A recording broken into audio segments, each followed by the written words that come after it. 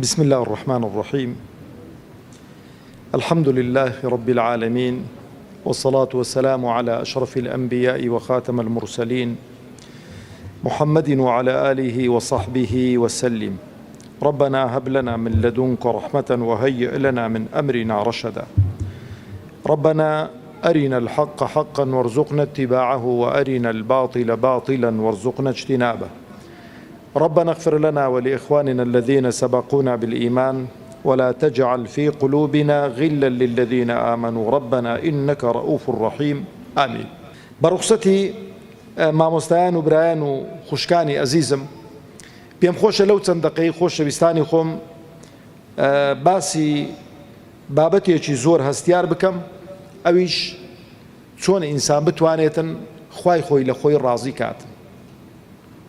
طبعا ئینسان بەتایبەتی ئێمەی موسڵمان بەڕاستی دەبێ هەم و غەممان ئەوە بێ چۆن خوامان لێ ڕازی بێتن، چۆن بگەینە قۆناغ و مەرحەلەیەک کە بگەینە ئەو ڕەزامەندیەی کە خوای پەروەردگار دەفەرمێ وەڕضوان من الله ئەکبەر. ڕەزامەندی خوای پەروەردگار لە هەموو شتێک گەورەترە.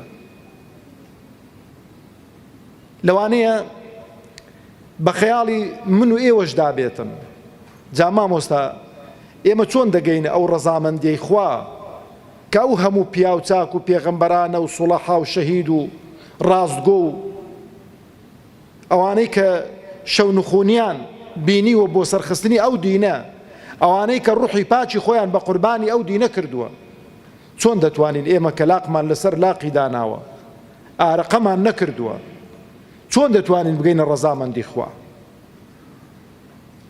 لەبەرەوە خۆشەویستانم، ئەگەر لە خۆم و لە ئێوەش بپرسم بڵێم چێ ئاواتێکی هەیە، چه ئاواتێکت هەیە لەو دنیاە، هەر یەکێک ئێستا پێدا بێم لەو خوشکە بەڕێزانەوە هەتا ئاخر کە سوودەگاتەوە خۆم تەماشە دەکەین لەوانەی هەر یەکە و کۆمەڵە ئاوات و حەز و ئارەزوێکمان هەبێ پێی بگەین. ئەو حەز و ئارەزوانەی کە پێی دەگەین قەنەعەتمان هی من و هی ئێوەش بەشێکی زۆری هی دنیاییە، بەشێکی زۆری هی دنیاییە. هیوەمان هەیە دەڵێ وەڵای مامۆستا من ئاواتە خوازم، چکە ڕۆژێک برایەک پۆستێکی کردبوو دەیگۆ خوازیارم خوای گەورە پێش بمرم ڕۆژێک لە ڕۆژان سیارەیەکی ئاخر مۆدیلم بە قسمەت بکاتن فەڕەیەکم پێ لێ دابایە. هەموو ئاواتەکەی ئەوە بوو. ئیوا هەیە دەڵێ خوازیارم قاتێکی کردە بە بکەم، خوشکە بەڕێزەکانی خۆم بە تایبەتی کە ئێستا زێر گرام بووە لەوانەیە بڵێ وەڵای خوازیارم کە دەستە بازنەیەکی جوان ملوانکەیەکی جوان تاسەی قەدیمی دایکانمان تاسە زێڕێک چی و چی برایانمان لەوانەیە هەر یەکە و بە نەوعێک حەز و ئارەزوێکمان هەبێتن، بەڵام گەورەترین و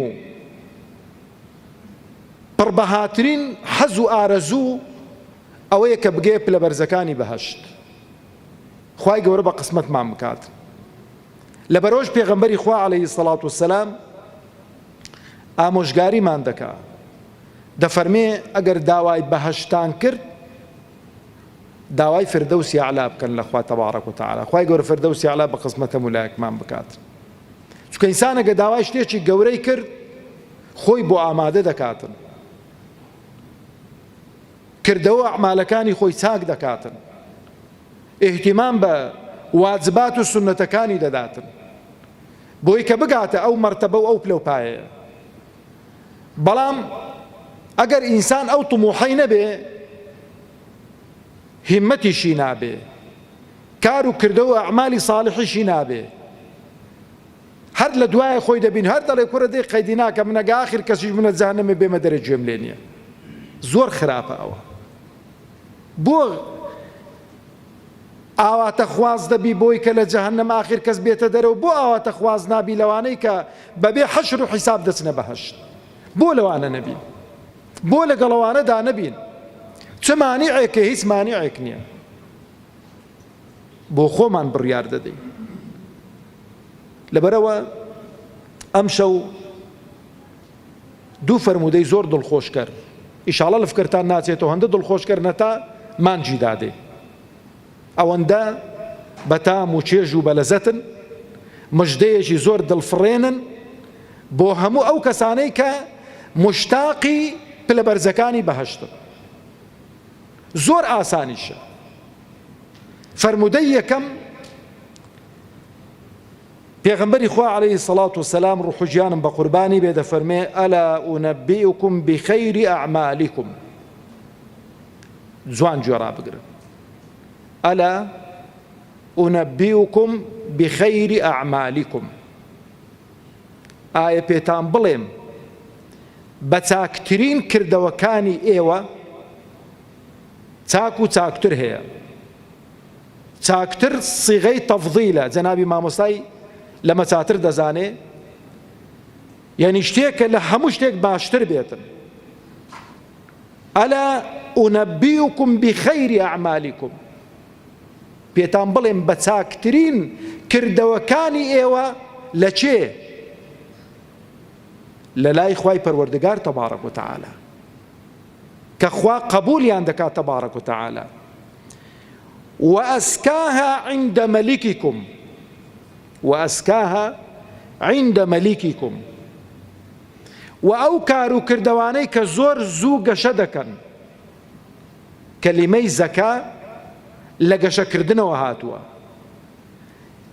للاي مليشي ايوه بادشاي ايوه خالقي ايوه لهمو كارو كردو كان زياتر تدكن قشدكن. تشبيه نبي دەچی دەڵێ کاکە ئەو نەمامە دەموێ لە بەر دەرکەی حەوشەی خۆمی بچەقێنم. کابرای نەمان فرۆش دەڵێ دایە گیان مامە حاجی برای بەڕێزم، ئەو نەمامە بەبە ئەو نەمامە درەنگ گەشە دەکاتن، وەرە ئەو نەمامەت بدەمێ زوو گەشە دەکات و زوو بە ساڵێک دوو ساڵان نایناسیەوە. لەبەرەوەی پێغەمبەری خوا عەلەیهی السەڵات وەسەلام دڵسۆزترین کەسی ئێمە بووە. النبي أولى بالمؤمنين من أنفسهم. پێغەمبەری خوا عەلەیهی السەڵات وەسەلام ڕوح و گیانمان بە قوربانی بێ لە ئێمە دڵسۆزتر بووە بۆ ئێمە، لەبەرەوە هەرچی کە چاکەیە پێی ڕاگەیاندوین، هەرچی کە زۆر زۆر باشە بۆ ئێمە ڕێنمونی کردووین. وأزكاها عند ملككم. لە لای مەلیکی ئێوە، لە لای خوای ئێوە، لە لای خالقی ئێوە لە هەموو کار و کردەوەکانتان زیاتر گەشە دەکات، نەما دەکات، زۆر دەبێ. وأرفعها في درجاتكم. پلەو پایەتان لە لای خوای پەروەردگار واستە بەو کار و کردەوانە لە هەموو کار و کردەوەکانی دیکە بەرزتر دەبێتەوە. دەبێت چ کار و کردەوەیەک بێ یا رب العالمین. وخير لكم من إنفاق الذهب والورق. وخير لكم ديسان صيغي تفضيلا، زور تاكتر لبو ايوا لبخشيني زيرو زيو، يعني او زيرو زيوي كهتانا حموي ببخشن لبينا وخوا هيش تانا قاتو كارو كردويا. طبعا اسلوبي بيغمبري خوا روح جانم بقرباني بزور عزايب هم مراق كردون. جمعي أصحاب رحمة إخوان اللي بهميان كردواري خومان دلي واقيان ورماوا چونکە هیچ چاکەیەک نەماوە نەیکەن ئەوان، هیچ عملێکی صالح نەماوە نەیکەن، بەڵام لەگەڵ ئەوەشدا پێغەمبەری خوا عەلەیهی السەلام تووشی شۆچیان دەکاتن. هەمیان ئاوە چاویان بڕیوەتە پێغەمبەر عەلەیهی السەلات وەسەلام، دەویان لێک بۆ تۆ بزانن چ کار و کردەوەیەکە تا ئێستا لەو هەموو ئەعمال و لەو هەموو کار و کردەوەی باشترە پێیان نەزانیوە. وخير لكم من إنفاق الذهب والورق. لبخشيني هرتي زي الرزي وهتانا بي بخشن لوش باشترا أو زاد تواونا. وخير لكم من أن تلقوا عدوكم فتضربوا أعناقهم ويضربوا أعناقكم. لوش باشترا كالقل دجمناني خوار وبرو ببنوا لمليان دن ولقردنيان دن لبيناو خواي پروردگار بيان كجن و ئەوانیش لە مل و گەردەنی ئێوە بدەن لە پێناو خوادا ئێوە پلە و پای شەهیدیتان بە قسمەت بێتن. لەوەش گەورەترە. ئەو جا دەفەرمێ قالوا بەلا بداتی لە چی دەست پێ کرد پێغەمبەری خوا ئەلا ئونەبیئوکم پێتان بڵێم ئەو شتانەی کە پێغەمبەری خوا عەلەیهی سەڵات وەسەلام باسی کردن فەرمووی ئەوەی کە من پێتان دەڵێم لەو شتانە لە هەمووی باشترە پێتان بڵێم فەرمیان بەلا بەڵێ پێغەمبەری خوا پێمان بڵێ فەرمووی قال ذكر الله تعالى ذكری خوای پەروەردگار تەبارەک و تەعالە.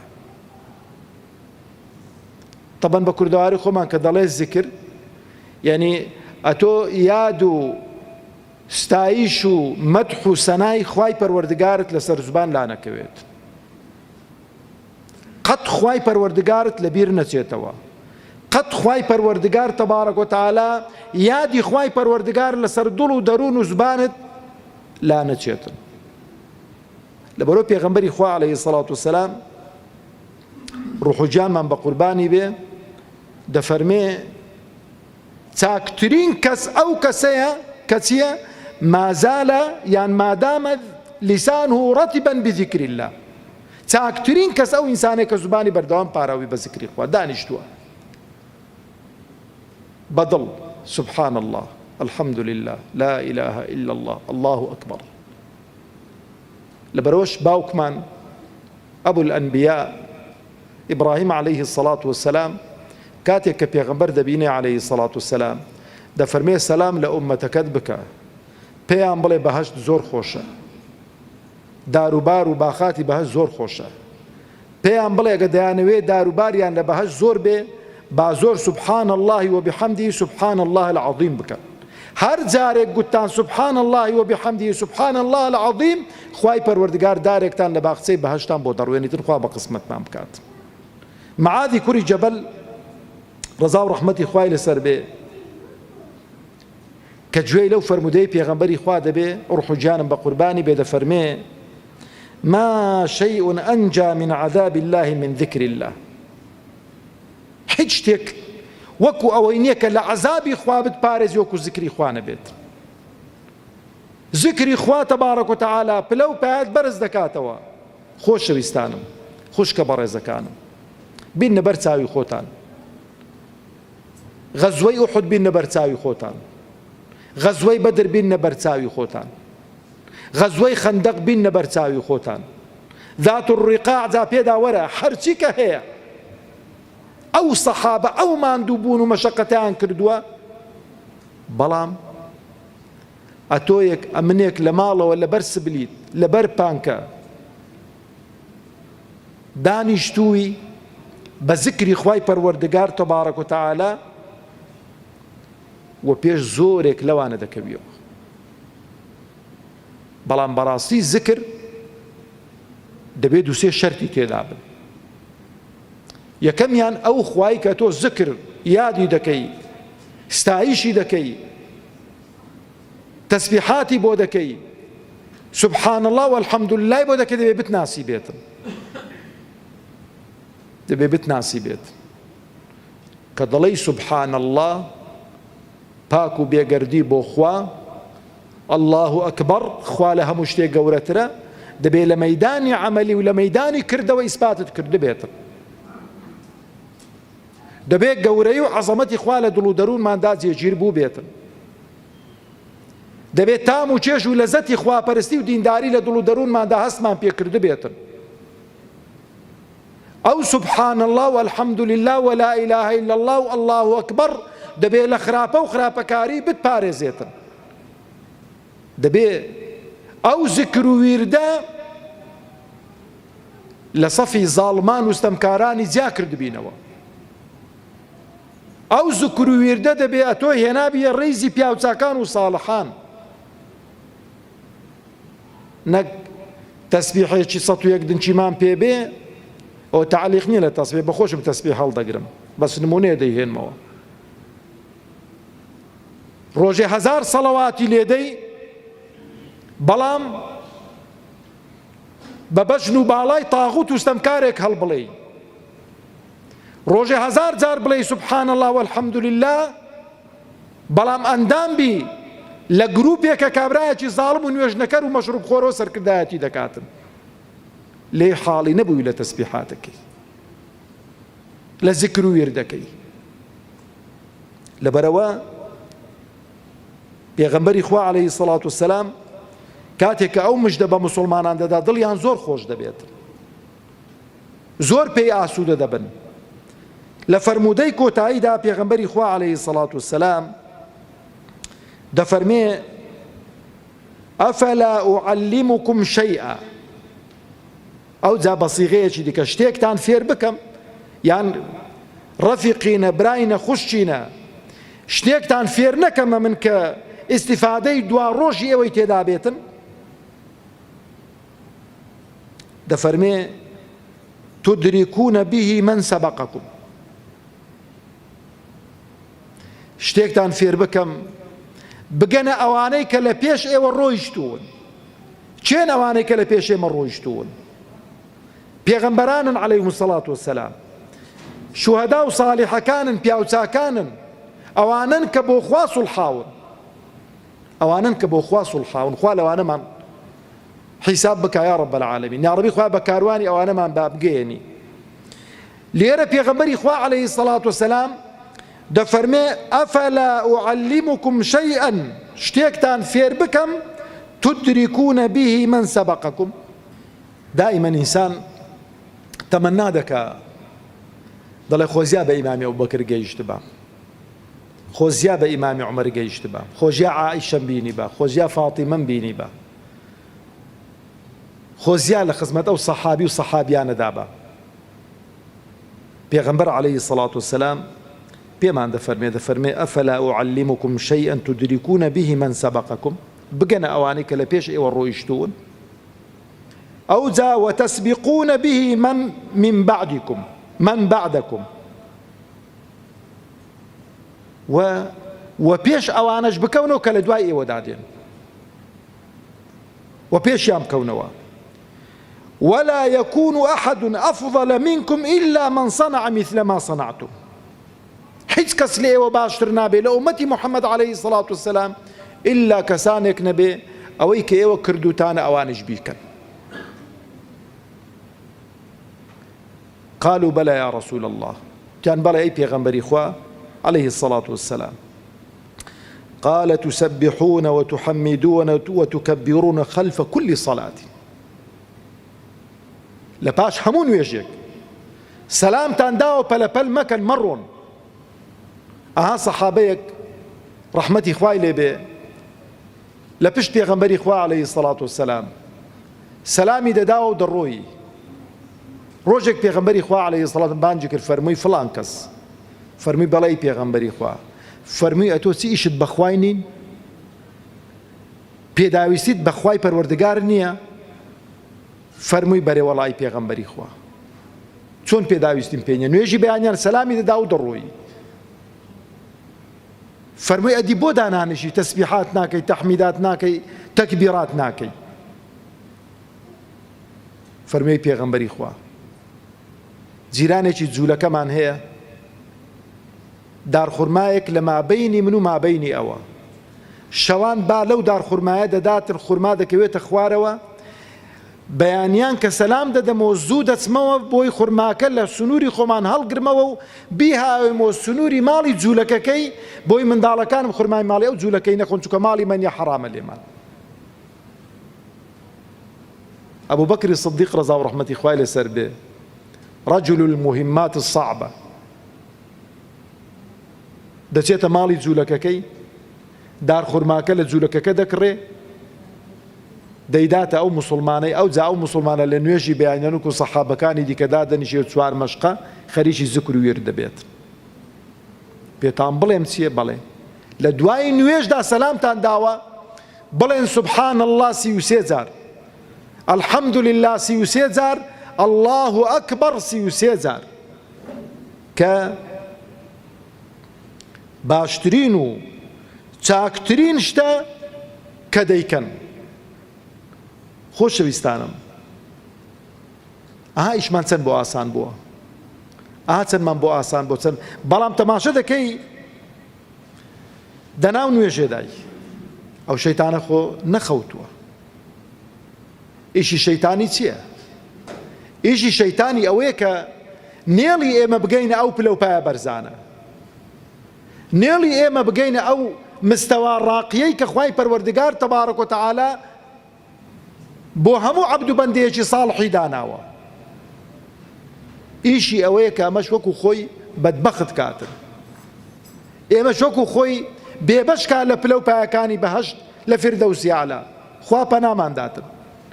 دەناو نوێژێدا ئیشەکەت بۆ دێتە پێشەوە، ئەوەش تا لە تەحیاتی دای هەر سەلامت داوە جامەی پیاوان لە مزگەوتێ نەگۆنەتان بینەوە خوشکە بەڕێزەکانم، کو دەڵێی کابرا سزن کرابێتنی وا هەیە بەدە کەسانی بگری ڕاناوەسی هەر گوتی ئەسەلام عەلەیکم وەڕەحمەت الله خۆ لە سەفێ دەداتن، هەموو حەدیث و ئەوانە لە بیر دەکا کە نابێ بە پێش نوێژ خوێنان دابڕواتن. کاکە دانیشە پەلەپەلیستە ئیوان بینیوە سەلامی نوێژێ دراوەتەوە، چکە عادەتەن سەفەکانی پشتەوە هیوایە دوور کە ئاسێر کە ئاتی دەبینی دەرکەکە قەپات دەبیتن، هەندە بە پەلێ ئاوە هاتووە چوار مەشقە ڕاوەستاوە بەرامبەر بە کابرای لە دوور دەرکەی ئاوە کەڵەکەیان کردووە، ڕاوەستاوە دانانیشی تەسبیحاتەکەی خۆی بکە، دوعاکانی خۆی بکە، زیکرەکەی خۆی بکە، هەتا ئەو دوعا دەکا و زکر دەکا دەرکەکەش دەبیتەوە بە ئیسراحەت دەڕوات. دەیان جار شتی وا لەمان بینیوە. کەواتە خوشکە بەڕێزەکانم برایانی ئازیزم، دەرسی ئەم شەومان با ئەوە بێ هەدەفی گەورەمان لە ژیاندا بۆ خۆت دانێت بڵێ خوایە ئەمن دەبێ بێمە فیردەوسی ئاعلا. خوا هیمەتی کوڕە پیاوی چابن، خوشکی چابن، ئەوە لەگەڵ خۆشیتم ها، با هیمەتی خێزانی فیرعەونمان هەبێ، با عەزیمەتی خێزانی فیرعەونمان هەبێ. هەندەسی قەی بە خۆ بوو، هەندەسی قەی بە کار و کردەوەکانی خۆ بوو، هەندەسی قەی بە دڵسۆزی خۆی بوو، بەخوای پەروەردگار دەڵێ ڕەبی بنی لی عیندەکە بەیتەن فی الجەنە، خوایە لە بەهەشت خانوویەکم بۆ دروستکە. هەر ئەوە نا دەڵێ لە لای خۆشت جیرانی تۆ دەبێت، جیرانەتی تۆ نەبێت، جیرانی کەس ناکە، دەبێت جیرانی تۆ بم. ڕزگاریشم کە لەو فیرعەونە مەلعونە و دار و دەستە و کردەوەکانی. تخوا بە ئەوە هیمەت و ئەوەمان بێ، ئەو دنیا بەجێ دێڵی بەو خوای قەسرێکی دە تەبەقەشت هەبێ، بەو خوای هەموو قالبت زێڕوزی و بێ، بەو خوای برا شیرنەکانی خۆم ئاخر سیارە و ئاخر یعنی سیارێکی دڕعت دەبندا بێ، ئاخر مۆدیل بێ، ڕاستە سیارەکەی تۆ دڕع و گول لە نایبڕێ، بەڵام مەلەکل مەوت دەیبڕێتن، مەلەکل مەوت پێی دەگاتن، لە ناو سیارەکەت ڕادەچێشنە دەرەوە، زێڕ و زیوەکەت لێ دەکەنەوە، کفنێکی پەڕۆک کێمان وەردە پێچن و بە خاکمان دەسپێرن. بەس ئەگە و هیمەتت هەبوو، ئەگە و هیمەتت هەبوو بەخوا بەو حوتامی ئەو دنیاە و بەو شتە سوکانەی ئەو دنیا ڕازی نابی. باوە ئاوات و ئومێدمان بێ خوایە لە فیردەوسی ئەعلا نەبێ خوایە ڕازی نابم. کاتو گوتت خوایە لە فیردەوسی ئەعلا نەبێ ڕازی نابم، لە خۆت قبول ناکەی کار و کردەوەکانت گەورە نەبن، لە خۆت قبول ناکەی شەو نوێژت نەبن، لە خۆت قبول ناکەی قورئان خوێندنی ڕۆژانت نەبێ، لە خۆت قبول ناکەی کە بە ڕۆژوبوونی سونەتت نەبێ، لە خۆت قبول ناکەی قسەی ناشیرن بەسەر زوبانت دابێتن، لە خۆت قبول ناکەی کە چاوت خیانەت بکاتن، لە خۆت قبول ناکەی داوێنت خیانەت بکاتن. بۆ چکە داوای شتێکی گەورەت لە خوا کردووە. ئەو شتە گەورانە پیاوی گەورە و بەهیمەتی دەوێت، خوشی گەورە و بەهیمەتی دەوێت. ئاخی شتیشم دوعای خێر بۆ یەکدیکە لە فکر مەکەن، دوعا بۆ یەکدیکە بکەین، لەخوا بپاڕێنەوە بۆ یەکدیکە، خوا عاقبەتی هەموو لایەکمان خێر بکە، خوا سەربەرز و سەرفرازی دنیا و قیامەتمان بکە. و خوازیاریشم گەرم و گوڕتر بین هەموو لایەکمان بۆ ئەو جۆرە دانیشتانە. مەجلیسی ذکرن ئەوانە خوشکانم برایانم. ئێستا هەر یەکێک لە ئێمە ئەگەر لێرە نەباینە خەریکی ئیش و کارێکی دیکە بووین، بەڵام وەرن بالێکی بدەینەوە، بزانە ئەو کار و کردەوە کە ئێستا خەریکی دەبووین لە ماڵەوە ئەوە پاداشتی زیاترە کە مەجلیسی زیکرەکە نیو سەعاتێکە باسی خوا و پێغەمبەری خوا و ڕەزامەندی خوا و مەحەبەتی خوا و پێغەمبەری خوا دەکەین، یانەوەی کە لە ماڵەوە پێی مەشغوڵ دەبووین، یان خەریکی تەلەڤیزیۆن بووین، یان خەریکی ئیش و کاری ماڵەوە بووین، هەر یەکە و خەریکی ئیش و کارێک دەبووین. لەبەرەوەی خوا زیارم بەگەرم و گورتر دەستە خوشکەکانتان، دۆستەکانتان، برایەکانتان بۆی کە ئەو مەجلیسانە کە زیاتر بوون و گەرمتر بوون بەرهەمیشی زیاتر دەبێت.